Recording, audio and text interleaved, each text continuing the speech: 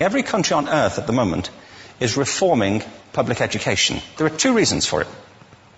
The first of them is economic. People are trying to work out, how do we educate our children to take their place in the economies of the 21st century? How do we do that? Given that we can't anticipate what the economy will look like at the end of next week, as the recent turmoil is demonstrating. How do we do that? The second, though, is cultural. Every country on earth is trying to figure out, how do we educate our children so they have a sense of cultural identity and so that we can pass on the cultural genes of our communities while being part of the process of globalization. How do we square that circle? The problem is they're trying to meet the future by doing what they did in the past. And on the way, they're alienating millions of kids who don't see any purpose in going to school. When we went to school, we were kept there with a story, which is if you worked hard and did well and got a college degree, you would have a job. Our kids don't believe that. And they're right not to, by the way. You're better having a degree than not, but it's not a guarantee anymore. And particularly not if the route to it marginalizes most of the things that you think are important about yourself. Some people say we have to raise standards as if this is a breakthrough.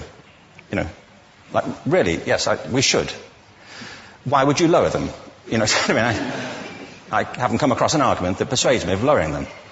But raising them, of course we should raise them. The problem is that the current system of education was designed and conceived and structured for a different age. It was conceived in the intellectual culture of the Enlightenment and in the economic circumstances of the Industrial Revolution. Before the middle of the 19th century, there were no systems of public education. Not really. I mean, you could get educated by Jesuits, you know, if you had the money.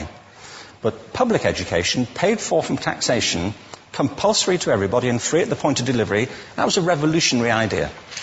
And many people objected to it. They said it's not possible for many street kids, working class children, to benefit from public education. They're incapable of learning to read and write, and why are we spending time on this?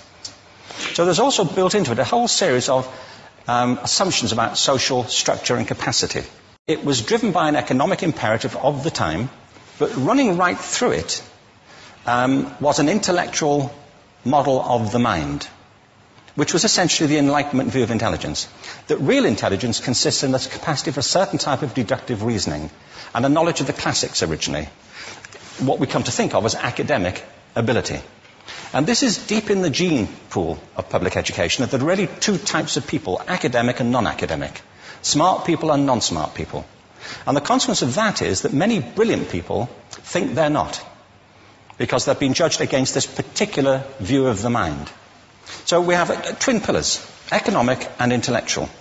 And my view is that this model has caused chaos in many people's lives. It's been great for some. There have been people who have benefited wonderfully from it. But most people have not. Instead, they suffer this. This is the modern epidemic, and it's as misplaced and it's as fictitious.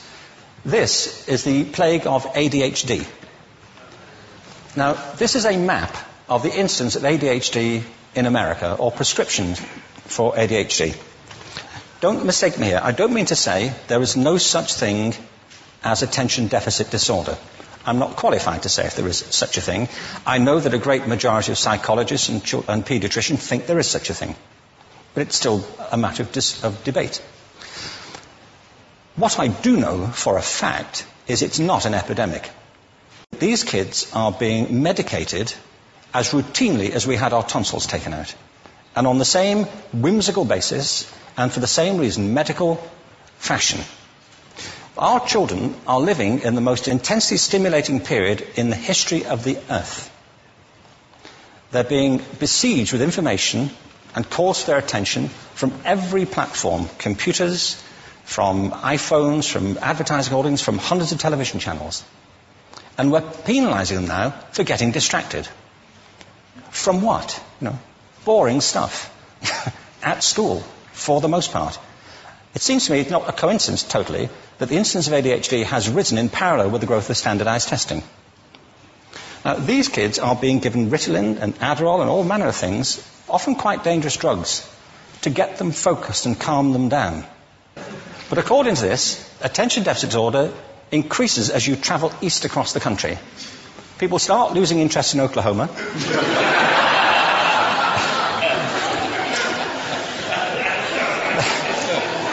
They can hardly think straight in Arkansas. And by the time they get to Washington, they've lost it completely. And there are separate reasons for that, I believe. It's a fictitious epidemic. If you think of it, the arts, and I don't say this exclusively of the arts, I think it's also true of science and of maths, but I say about the arts particularly because they are the victims of this mentality currently, particularly. The arts especially address the idea of aesthetic experience. An aesthetic experience is one in which your senses are operating at their peak, when you're present in the current moment, when you're resonating with the excitement of this thing that you're experiencing, when you are fully alive. An anesthetic is when you shut your senses off and deaden yourself to what's happening. And a lot of these drugs are that. We're getting our children through education by anesthetizing them. And I think we should be doing the exact opposite. We shouldn't be putting them asleep. We should be waking them up to what they have inside of themselves. But the model we have is this.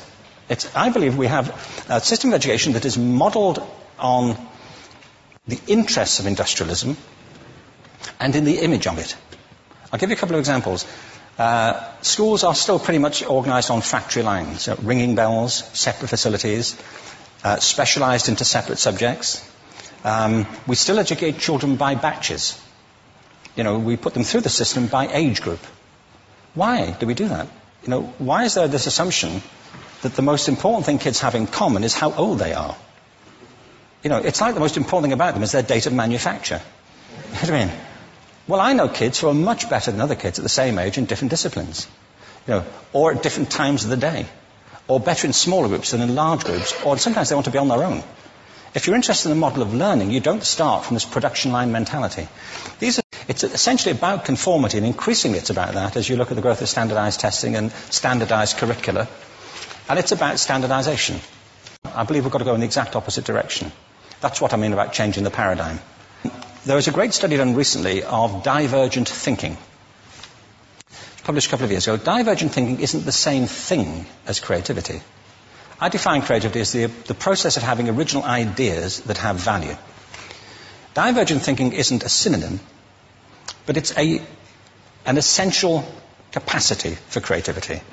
It's the ability to see lots of possible answers to a question, lots of possible ways of interpreting a question, to think what Edward de Bono would probably call laterally, to think not just in linear or convergent ways, to see multiple answers, not one. So, there are tests for this. One kind of cod example would be people might be asked to say, how many uses can you think of for a paperclip? One of those routine questions.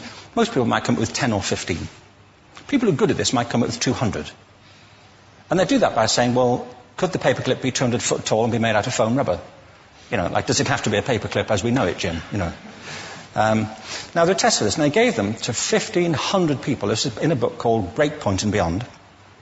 And on the protocol of the test, if you scored above a certain level, you'd be considered to be a genius at divergent thinking. Okay? So my question to you is, what percentage of the people tested, of the 1,500, scored at genius level for divergent thinking? Now, you need to know one more thing about them. These were kindergarten children. So what do you think? What percentage at genius level? 80. 80, okay. 98%. Now, the thing about this was it was a longitudinal study.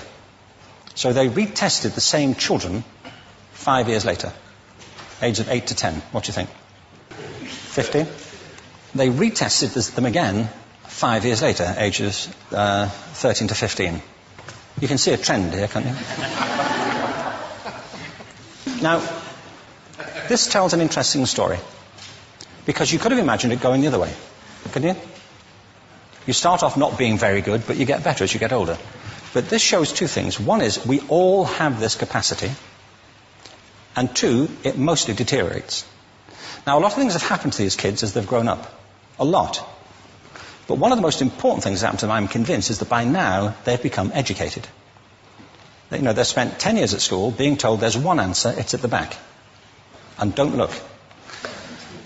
And don't copy, because that's cheating. I mean, outside schools, that's called collaboration, but inside schools. Now, this isn't because teachers want it this way, it's just because it happens that way. It's because it's in the gene pool of education. We have to think differently about human capacity. We have to get over this old conception of academic, non-academic, abstract, theoretical, vocational, and see it for what it is, a myth.